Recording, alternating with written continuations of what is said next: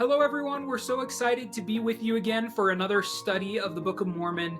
And we are in Alma chapter 39 through 42 this week. So, Joe, can you tell me what you found in your scripture study this week in Alma chapter 39 through 42? Yeah, I sure can. And my prayer is that I keep it within a reasonable time frame. I have to say, Alma is rich, really, really rich. And the more time I spend on each section, I'm enriched even more. And what I thought we would do today are just a few verses. We'll start with Alma chapter 39, verse 1. And if you wouldn't mind reading that, I'll highlight a few sections from that. And then, just to give everybody the broad picture or the map that we'll go through, the prayer is that we go from Alma 39, verse 1.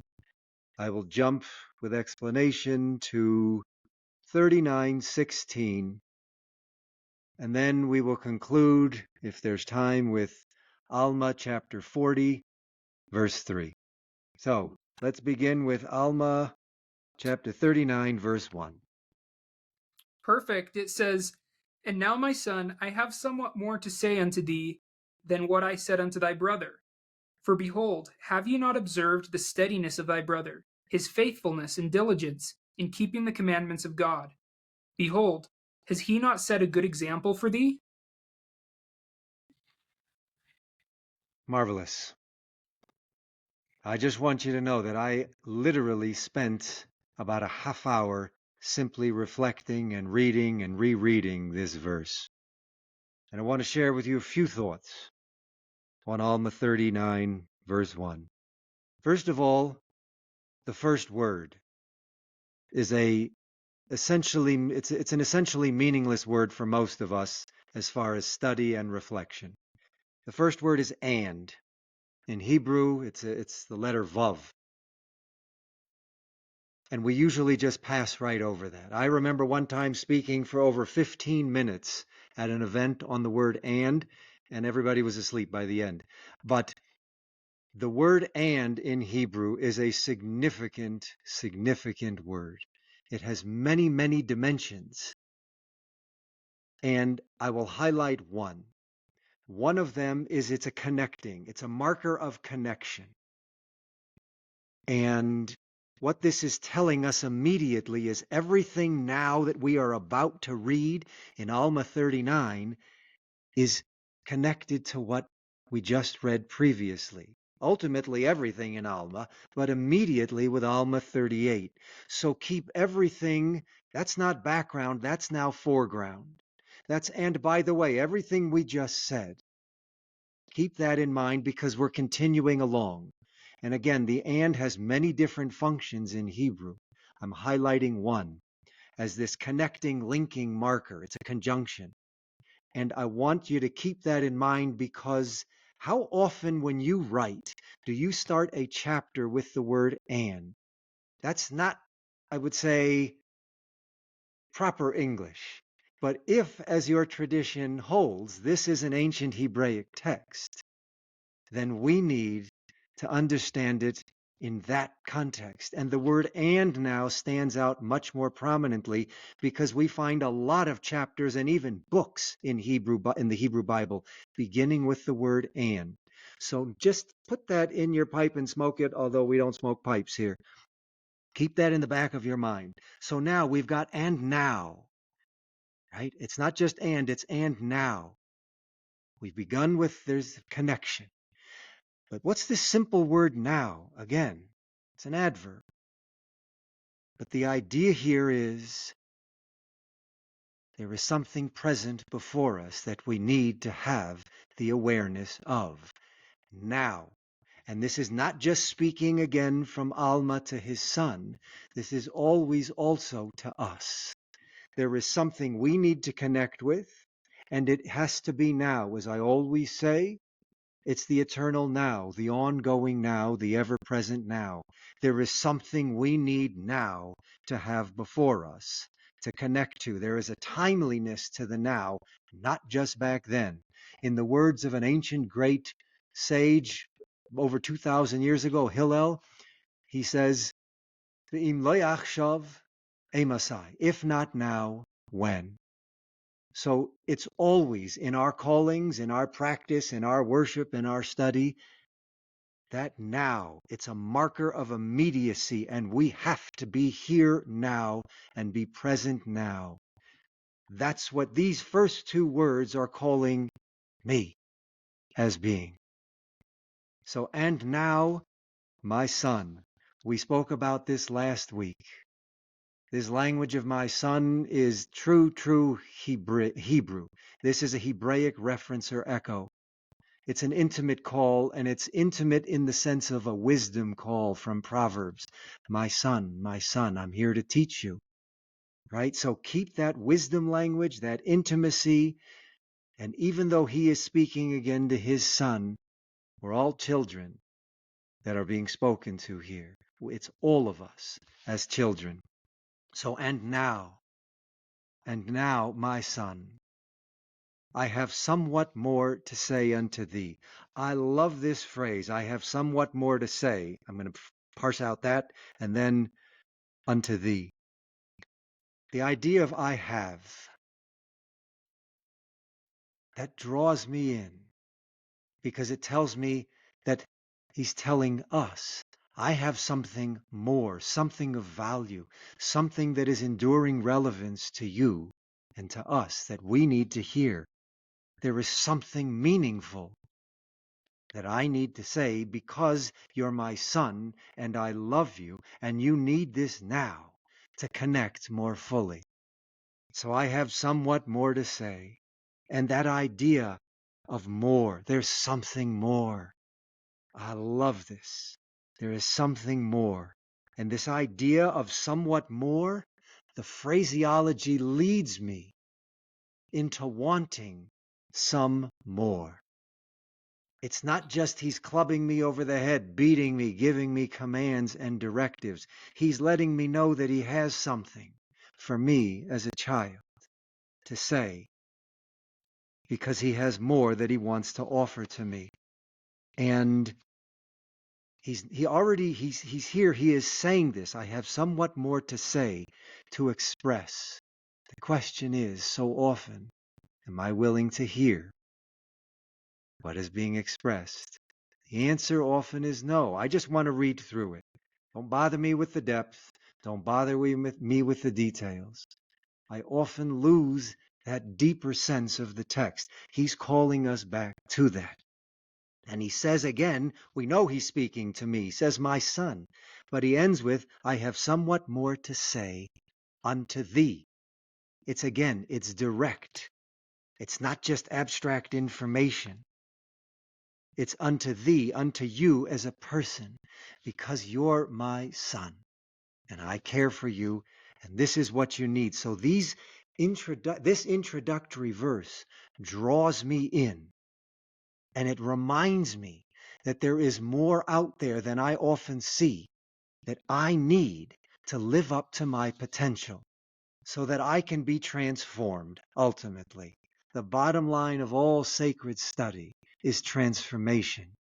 And as Paul says, it's a beautiful phrase in Romans 11, in chapter 11, verse 2. He says, be transformed by the renewing of your mind.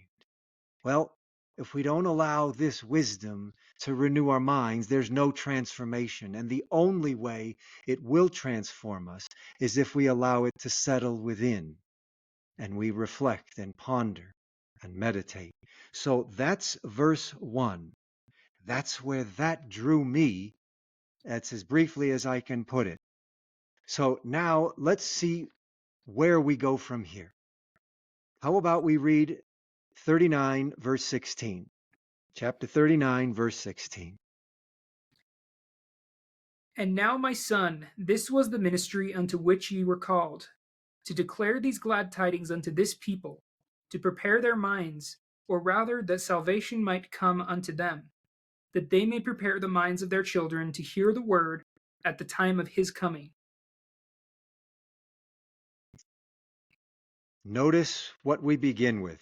And now, my son, We just said that literally in verse 1. Same language. So when people ask me why I repeat myself, it's because the texts repeat themselves, because we need it repeated so we hear it. In fact, in the Talmud, in our oral tradition, the rabbis teach that there is no comparison between studying a section 100 times and 101 times. The difference is infinite. Well, that should tell us something because we don't even study it 3 times half the time. Imagine 100 times versus 101. There is an incomparable difference. So that's why I do it, folks. I'm following the wisdom of our sages. So let's begin with 16. And now, my son. I love it. I love it. It says, this is the ministry. Notice this. That's a demonstrative pronoun in English grammar. Don't go to sleep yet on the grammar part, folks. This is a marker. It is a highlighting marker. This, it's calling our attention. This is the ministry unto which ye were called. Or this was the ministry unto which ye were called, but this is the ministry unto which ye, which is we. Anytime it's a ye, it's always a we. This is our ministry to which we are called. The obvious question for us is, am I even willing to listen to this calling? Okay, there's a great, everybody knows Oliver Wendell Holmes, the Supreme Court Justice. His father was a brilliant poet and doctor and a lawyer, and he spoke of every calling is great. We're talking about callings here. Every calling is great when greatly pursued. Yeah, callings are wonderful, but we have to greatly pursue them. That's often where we fall off the track. So this is or was the ministry unto which ye were called. Yes? Now, remember, and now. What are we supposed to do with this? Where does this lead us? It says, it continues to declare glad tidings unto this people. Our calling is ultimately to bear and to declare good tidings. We are bringing goodness, good words, good messages, and hope to people. And if it's not our practice, we're not heeding this calling. And it specifically says to declare glad tidings unto this people to prepare their minds. And in Hebraic thought, mind is also heart. It's mind and heart. It's both in Hebrew. In modern Hebrew, we have different words. But in biblical Hebrew, it includes the heart and the mind.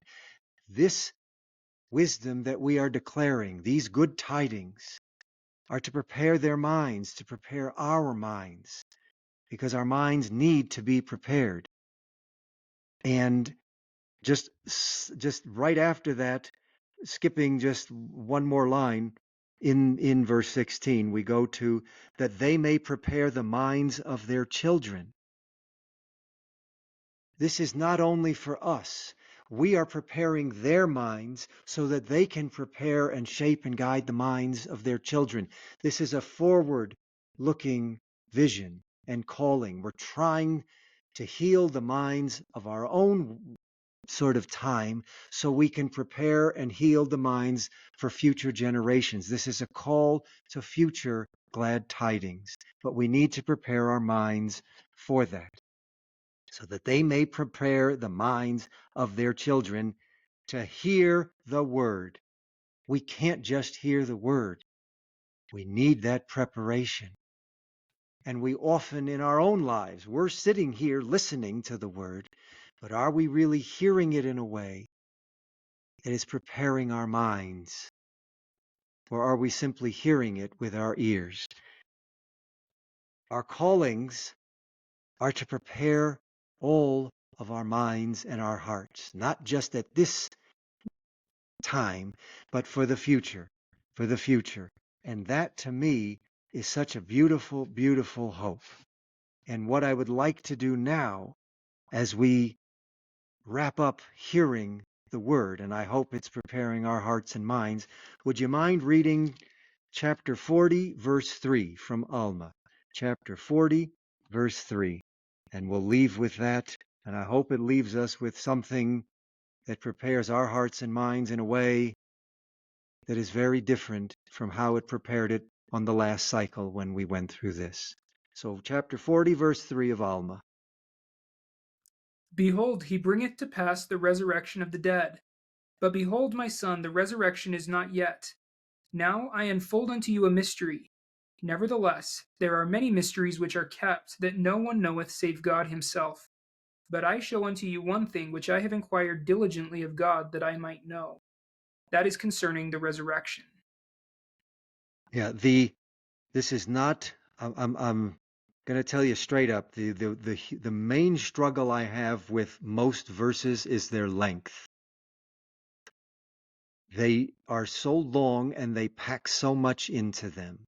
And we read them generally at the pace that you did. That's how we read. The problem is it's too much. So I'm only going to focus on one aspect of verse 3. It's 1, 2, 3, 4 lines in. The line begins with yet. We're going to start with now. It says now. Well, first of all, just remember it says behold at the beginning of verse 3. Okay? That's always a highlight for me. Behold. What am I going to behold? We begin with now. Again, now and always. Now I unfold unto you a mystery.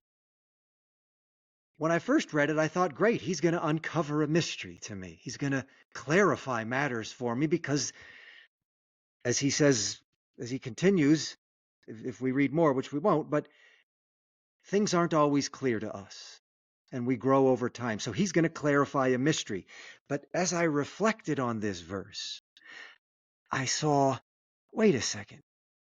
It doesn't say clarify a mystery. It says unfold unto you a mystery, which I read on a deeper level, I think. He is unfolding unto me, unto you, unto all of us, a mystery, so that we are now having a mystery before us. He is unfolding mystery before us, not unfolding to clarify, but unfolding a mystery.